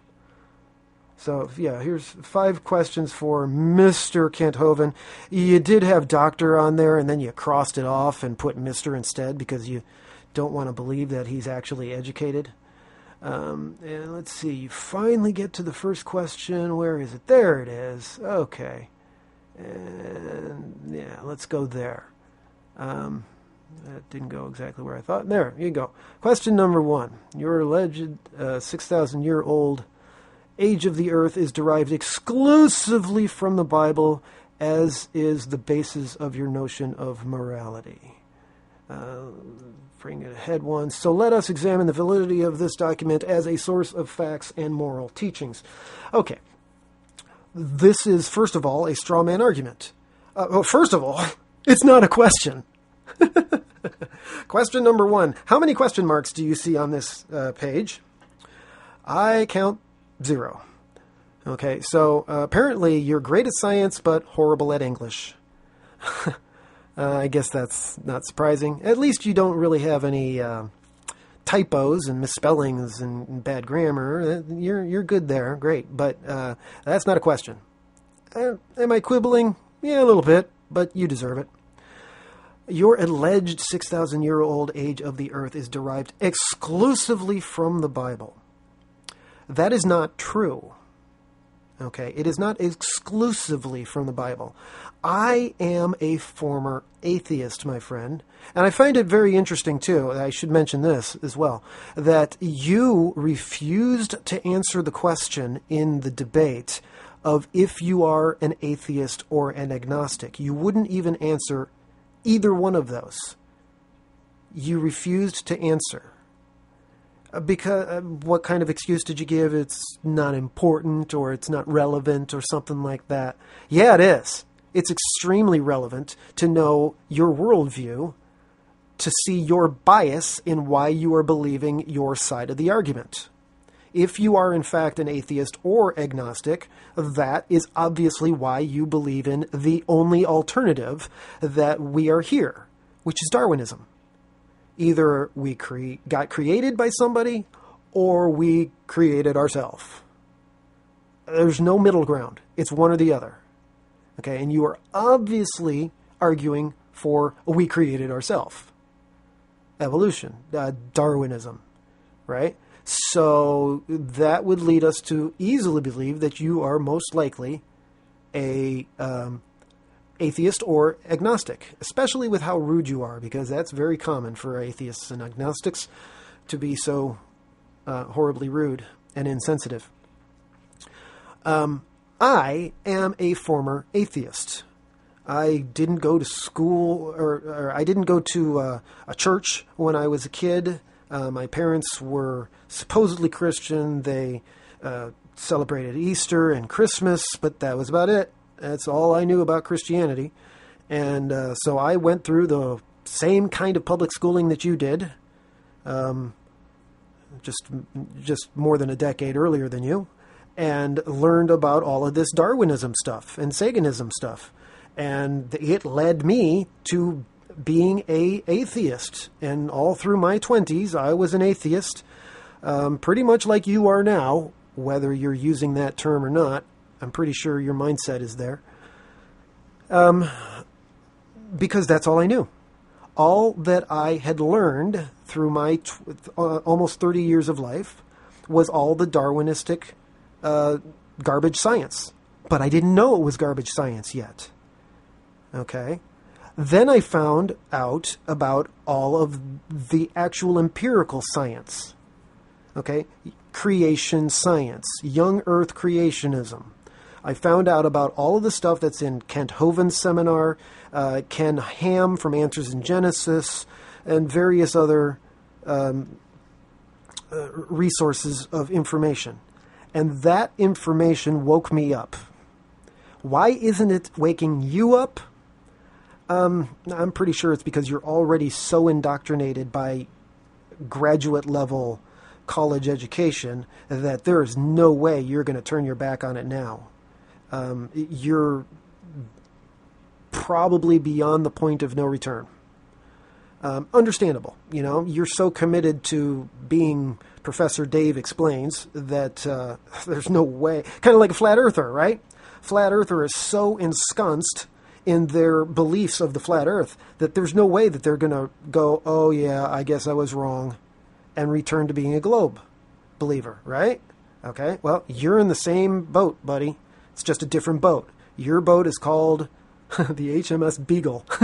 That was Darwin's boat. The ship that Charles Darwin brought to the Galapagos Islands. And so that's the boat you're in. You're in Charles Darwin's HMS Beagle ship. And that boat's going to sink. And that's too bad. I wish you weren't going to be on it, but you think you are so absolutely right about all your big words in biology that they can form life without any intelligence directing them. That okay, if you think that's true, that's ridiculous. Anyways, I'm rabbit trailing here. Derived exclusively from the Bible? No. I did not come to my beliefs of a young earth from the Bible. I came to it from all the science. Basically, Kent Hovind's first seminar video, number 1, The Age of the Earth, he gives so many different empirical evidence reasons to think that this planet cannot be billions of years old, and that it only fits in a thousands of years range. There's a whole bunch of them. I think, if I remember correctly, like 33 different reasons.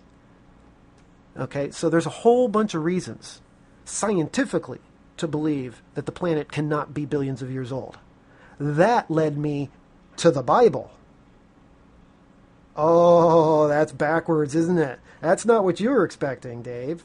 You're thinking that I believe in the Bible and that's what led me to all the fake science. No. I believe in real observational science, and that led me to the Bible. Oh, that must sting. But that's exactly what happened to me. It took me almost 3 years from learning all of that science to finally giving in and accepting the Bible and accepting Jesus. Okay? But it was science, real science, not your fake Darwinism stuff, believing that animals turned into other animals when there's absolutely zero evidence that happened. It's just interpretation. You see a fossil and you think that came from some animal that was different. You don't know that. You believe that. You have faith in that. Okay? So once I learned the difference between observational science and guesswork science, historical science, some would call it, the history of the origins of where we all come from. Once I learned the difference in that, I now see how real science proves a young Earth and fake science proves billions of years. Okay, so you got this one backwards here. So after you do that, and then the morality. So you don't even deal with the 6,000 years thing here. Well, you kind of did in your 8-minute diatribe with the carbon dating and stuff like that. But then you go into this about, okay, what about this? Pi right? It's not the correct calculation for pi. Well, if you bothered to Google this from a Christian perspective, don't you think we've seen this supposed contradiction, this supposed mathematical error? The answer is out there on the internet if you bothered to research it, but you're biased and you hate the Bible, so you don't want to even hear the answer. So I'm not going to give it to you. But the answer does exist. Okay? And then after that, you get into slavery. Slaves. You are not qualified as a created human being, even though I know you don't think you were created, but you are not qualified as a created human being to judge your Creator. You do not know the context of the Old Testament. You do not understand why God allowed slavery to exist in the past. The simplest way that I'm going to explain this is employees. Okay? People needed jobs. Some people owned land and other people did not own land. So ultimately, when you needed somebody to work your fields, you had employees that did the work for you. Okay? And that ends up being called slaves in biblical terms. Okay? This is not necessarily talking about black slavery like the blacks in the 1600s and 1700s. They got forcibly brought over here to America to work the cotton fields, and they got whipped by their masters and stuff like that. Yes, I know that the Bible does talk about stuff like that here and there too. But that's not really what slavery is really talking about in the big picture of things. It's basically like being an employee of a store. That's really what slavery was about. Okay? Now, that's a very, very quick glossing over the entire thing. This issue of slavery that you hate the Bible about does not prove the Bible's wrong. Okay? You can hate the Bible all you want just because it talks about this concept of slavery. You can hate that all you want, but that's not proof that the Bible is incorrect about anything. Okay? You just don't understand the context of it, and you don't understand the God that created you. And then after that, you get into, what was the thing?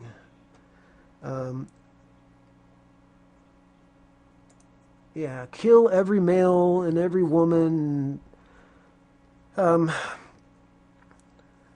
You are not familiar enough with the Bible to know why God told the Israelites to wipe out entire clans of people. The Amorites, the Amalekites, the various people that were in the Middle East, in the land, Canaan, these various tribes that were there. You don't know, because you don't know the Bible well enough, why God told them to go kill all those people. Again, you are not God's judge. You have been trained by the atheists, by whoever, to believe that this is such an immoral God that he would go and kill all these innocent people. They weren't innocent. And there's even reason to believe, and I know this is going to go right over your head and in one ear and out the other, and you'll probably consider me to be crazy about it. But there is even reason to believe that some of these people were not fully human. That gets into the Nephilim, the giants, stuff that you probably don't even know anything about because you've never really studied the Bible. You just studied chemistry all your life. Okay? So there is good reason to believe that the reason that I think it's the Amalekites, I might have that name wrong, but I think it's the Amalekites that God told the Israelites, go and wipe them all out, wipe everything out. And the reason for it was, I believe, because there was Nephilim stuff going on there.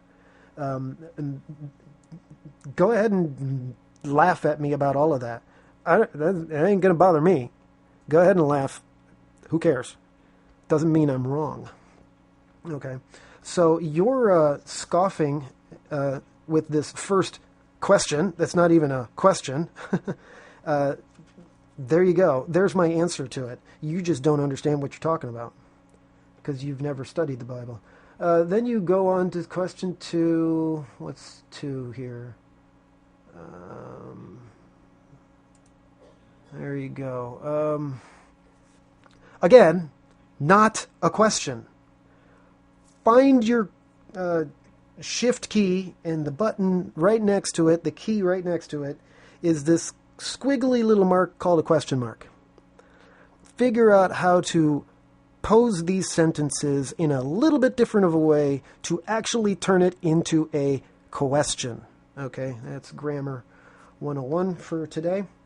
You regularly misrepresent evolutionary ancestry so that you can whine incredulously about whales coming from pine trees and other misleading nonsense. I don't believe he said that. We understand completely that the whale and the pine tree supposedly stem backwards to a common ancestor before them. We know that's what you teach. He's never claimed that a pine tree gave offspring to a whale eventually. We know that that's not it, so this is a straw man argument. Of course, you know that evolution does not propose this. Yes, correct, we don't, but we've never said that. But rather that from a common ancestor, over several billion of years and many millions of intermittent species, all of the current life on Earth was eventually produced. Yeah, we know that. And this whole straw man, he's never claimed that whales came from pine trees. Never said that. Explain scientifically and mechanicalistically, and you just love throwing out that huge word that most people can't even pronounce. Mechanistically. Yay. I figured out how to say it.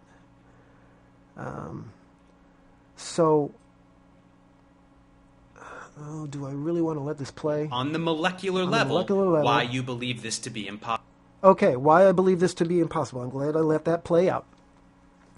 Why is it impossible for pine trees and whales to come from a common ancestor? It's already been explained to you. Do you have a hearing problem? Yeah, actually you do.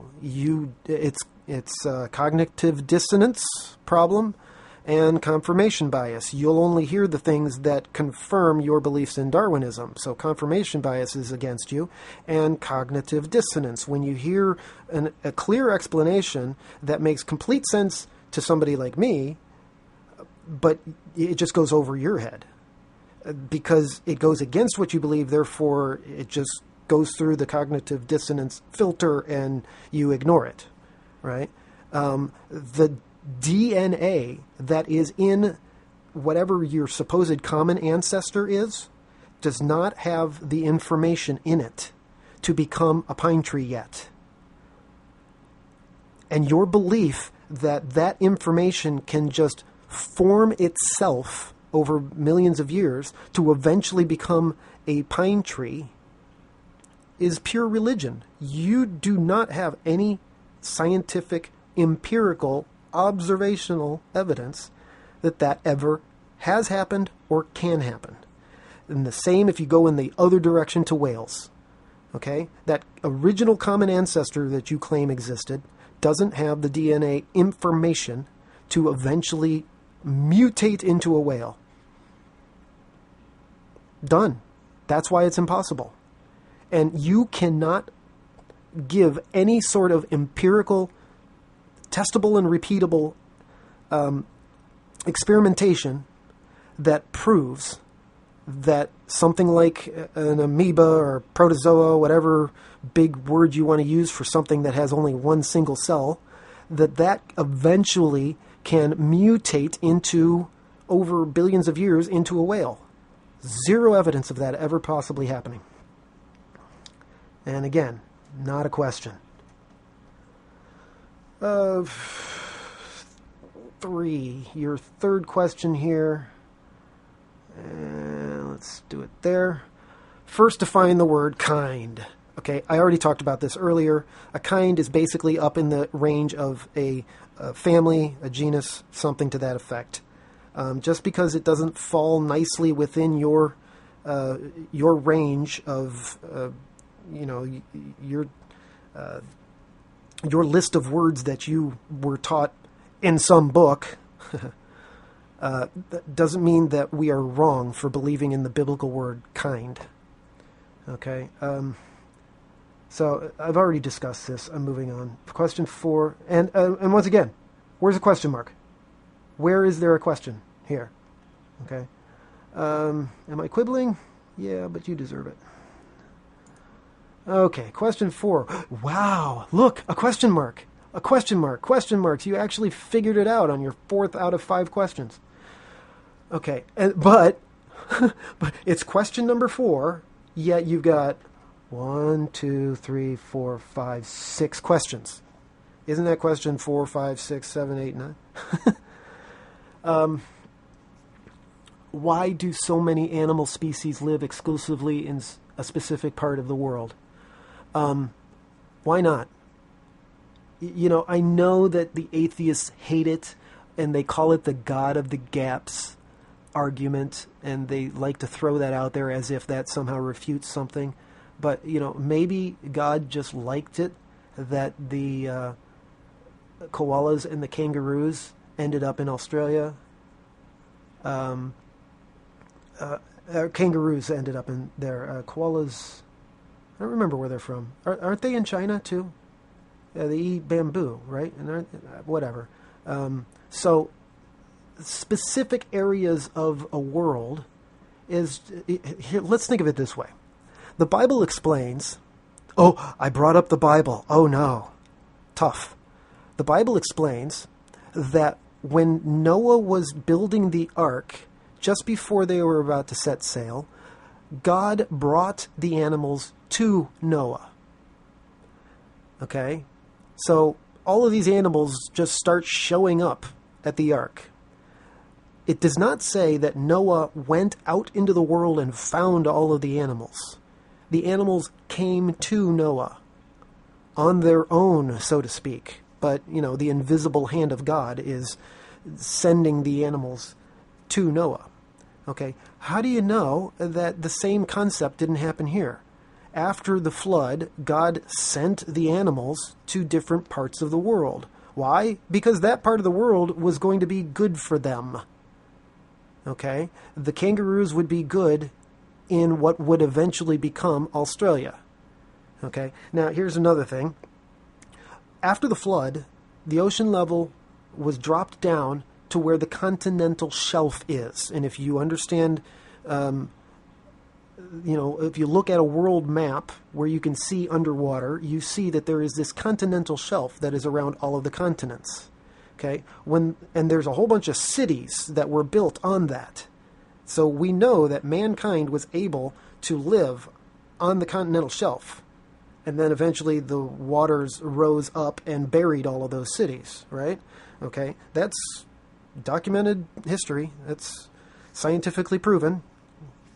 But before the water rose up, obviously people were able to walk, or animals were able to walk along the continental shelf and get to various parts of the world that we can't today. Across the Bering Strait, Alaska to Russia, etc. Okay, so you are assuming, go figure, a Darwinist that makes assumptions. You are assuming that the planet and the water level, the ocean level, and all of that, and the continents and the way that they are spaced out today, you are assuming that it was all the same for millions or billions of years, that it's never changed. That's called uniformitarianism, that everything's always the same. Okay? But you don't have evidence of that. Okay, so why do they live in exclusive parts of the world? Because that's where God sent them. Okay, that's where they ended up living after the flood. After they left the ark, they ended up in those areas. This isn't proof against the Bible. It's just a good question. And if you bothered to watch any creation science videos, whether it be Hovind or anybody else, you could get the answers to this. But you don't want the answers, you just want to scoff, just like 2 Peter 3 says. I like the way that I'm pretty sure it's Hovind that teaches this, that the animals that are like kangaroos are more docile. They're more, instead of antagonistic, they are more prone to just run away from a predator. So that's why they ended up in Australia, like as far away as they could get. And then the waters rose up and trapped them on the island of Australia. So there is logic to it if you actually think it through without your Darwinistic bias in the way. All right. Question number 5, technically. Why did they go to a specific continent and nowhere else? Okay, I already answered that. How did they get there, traversing inhospitable climates on the way? You don't know what the climate was. You have no idea what the climate of the earth was like right after the flood. You are assuming that the Sahara Desert was there or whatever. You are assuming that it was all just inhospitable. You don't know that. You weren't there to measure it. You have no idea. Just tons and tons of assumptions. That's the problem with all you Darwinists and Saganists. And with nothing on earth but each other. Animals eat plants, dude. They are omnivores, right? An omnivore eats plants or meat. Okay, so just because you think that they could only eat each other, that's not true. And if you understood the Bible, you would understand when vegetarianism existed and when carnivores came around. Okay, but you don't know the Bible, so you don't have the answers to this. Where are the trails of fossils that you think somehow can form in a year, and where are all the modern fossils in general? Okay, Dave, I am quite positive that you understand how a fossil is created to begin with. It requires being buried very quickly. It can't just lay on the ground for millions of years and slowly accumulate sediment on top of it. It doesn't work that way. It'll rot away or get scavenged before that ever before it becomes a fossil. It has to be buried immediately, and that's exactly what Noah's flood describes. Okay, so there is no trail of fossils before the flood. All of the layers of your supposed geologic column came from the flood. Yes, in a year. Okay, all of them came from the flood. And you're not going to find billions of fossils after the flood either, because things aren't getting buried quickly like they did during the flood. You might find a fossil here and there of just freak accidents that happened. Okay, it's possible to find a fossil that happened after the flood, but they're going to be extremely rare occasions compared to the actual flood that created billions of fossils all around the world. I mean, how many times have you seen the fossils that are in the swimming position or a full graveyard of a whole bunch of jumbled up fossils all together, dinosaurs included? Okay, that sure matches Noah's flood way better than this belief that millions of years of things. How does that happen in millions of years? As a fossil graveyard of like hundreds or thousands of animals all together in one big fossil graveyard together. It makes zero sense, but Noah's flood makes sense of it. How did Noah's party populate the world? Oh, okay. And where did all the races come from? Oh, okay. And why aren't we all inbred? We are. But you know what? We still are, even if Darwinism is true. Okay, when the first I could throw this at you. Where did male and female come from in evolutionary science? If the first living cell was asexual and just reproduced on its own without sexual reproduction with a female, then how did eventually life turn into sexual beings, where you've got a male and a female? Evolution, I don't like using that word, Darwinism does not have the answers to that question. Okay, so inbred, Darwinism's going to have the same problem. At the very, very beginning of Darwinism, you're going to have, once you finally get male and female somehow, they're going to have to inbreed with each other to eventually turn into dozens, and then hundreds, and then thousands, and then millions of hominoids, hominids. So if you've got a problem with inbreeding, that's just a modern conception.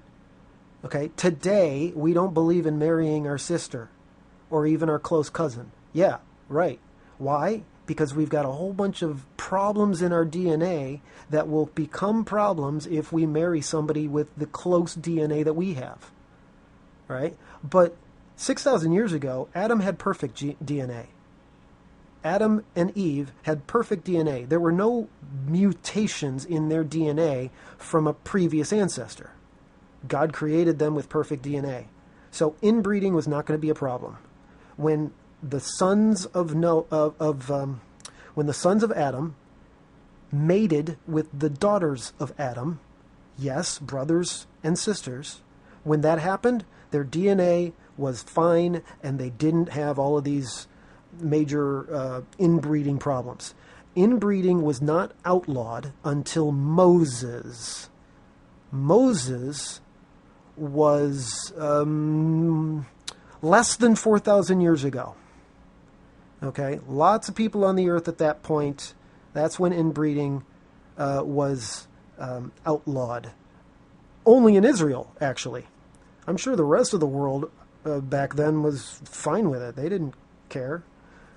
Going backwards. Where did all the races come from? If you understood that Genesis has a chapter number 11 that speaks about the Tower of Babel, you would understand where the races come from. God came down, confused everybody's language, and those people groups, people who spoke the same language, ran off into different parts of the world. There's your different races. Did one of them have black skin?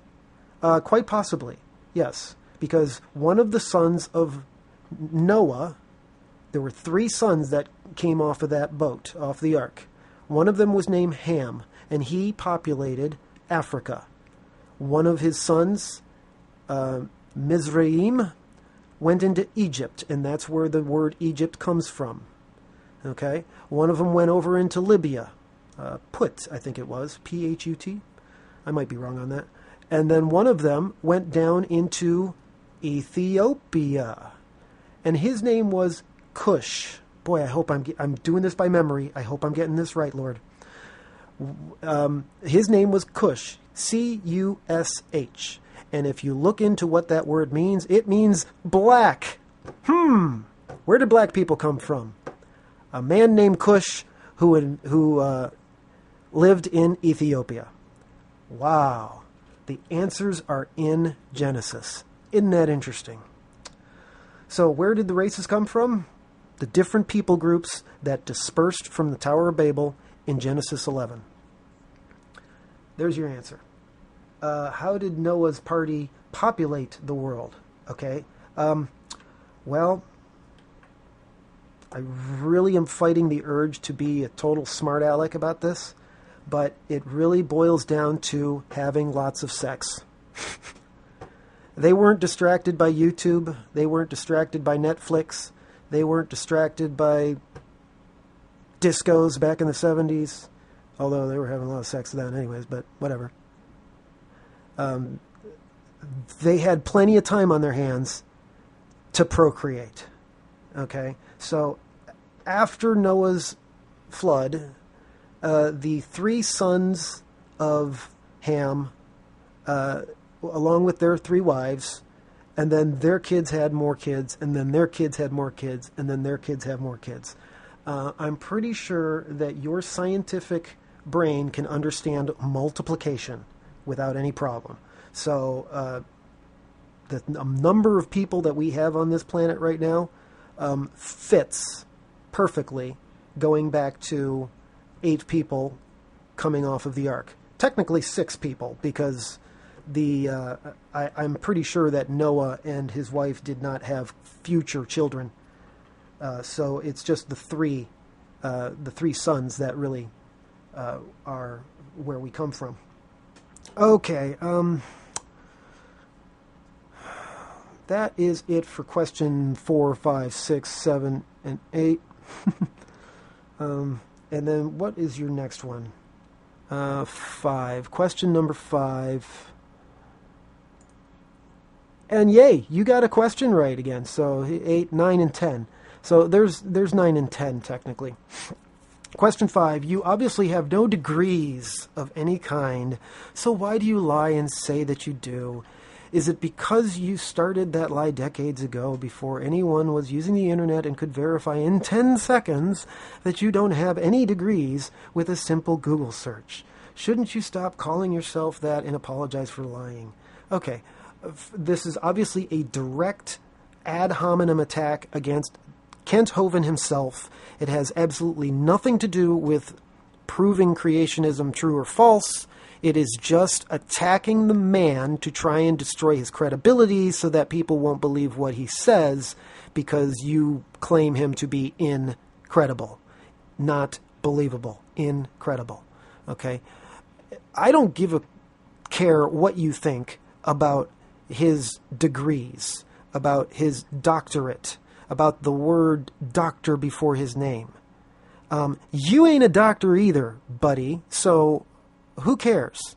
You know, I judge a person based on what they say, not the piece of paper on their wall. All right? Now, if you want to believe that everything this man says is automatically false just because you think he's uneducated and lying, that's silly and ridiculous. You should listen to what he actually says, no matter if he's a garbage man or a PhD, and judge what he says, not his piece of paper on the wall.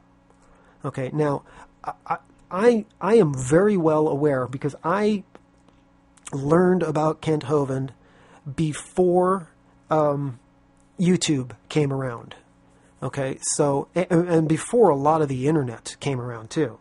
All right, so since that time, it was very beginning of 2001, and that was still the infancy of the internet at that time.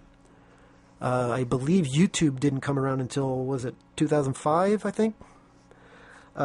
So there wasn't a lot of anti-Hovind stuff out there yet, such as his Wikipedia page, which is horrible. He's been trying to get that changed because it's just not true for a long time, and they won't let him change it. It's his own page that lies about him, and he won't. They won't let him change his own page. So, you know, there's a lot of lies about this man out there, and you're claiming that he went to a diploma mill and that he never went to classes, you said. You don't know that. You're completely making that up. And if you didn't make it up, then somebody else made it up and you read it in a book, just like you like to say. You read it on a webpage somewhere, and so you're just regurgitating the same lie that somebody else said. You don't know that he never went to class. That's a complete ad hominem false accusation. So this 5th question, as you call it, is just silly. And the fact that you have to resort to this kind of ad hominem attack, if you're going to give him 5 questions, why don't you give him 5 actual questions that have something to do with actual science? Okay? actual science, talk about the expansion of the Big Bang, talk about the atoms being created in, what'd you say, 300 and some thousand years or whatever number you spit out. Why don't you make your questions based on actual observable science? Okay? Make one of your questions about how this is a transitional fossil between this animal and this animal. Why don't you make your questions based on actual science instead of one of your 5 questions is this complete ad hominem attack? I could very easily say, you never went to classes either. Now, of course, I'm making that up. I have no reason there's no reason why I would possibly know if you actually went to class or not. But anybody in the world could just claim, yeah, Professor Dave Farina, he never actually went to class. He knew somebody at, was it Carleton? He knew somebody there, and he just skated through while he was dealing drugs. I could make something up like that. Okay, I am not claiming that at all. I'm just making an example that anybody could just say, yeah, he just skated himself through, and somebody gave him a degree at the end of it because he was friends with somebody. So whatever you read about Kent Hovind, that coming up with all of this silliness about that his degrees of no degrees of any kind doesn't refute. First of all, none of it's true. His degrees are real. If you don't like it, tough. Refute what he says about science, not his degrees. Attack the claims, not the man. Okay, this is a super long video to refute an 8-minute diatribe, plus the 5 questions at the end of it, which weren't even really questions.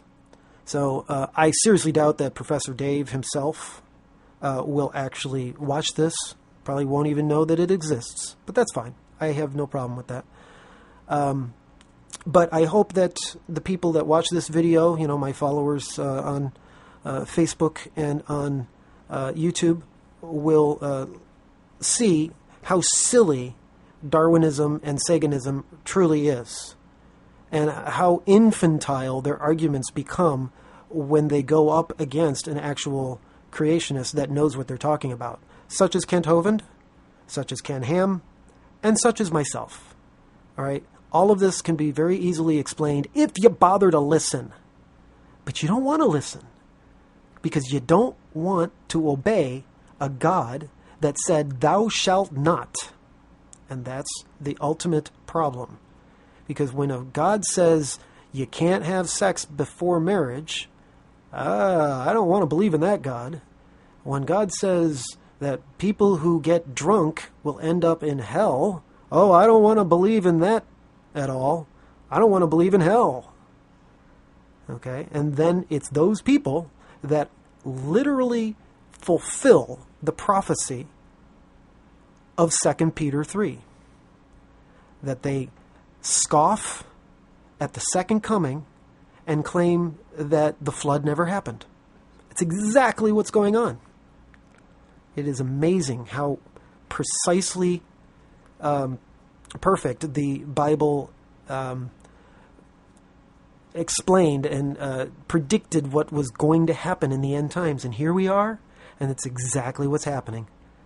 We didn't know that Darwinism, or they didn't know 2,000 years ago, that Darwinism would end up being the science falsely so called. But here it is. So thank you for enduring this super long video. I hope somebody made it to the end. And God bless you until next time.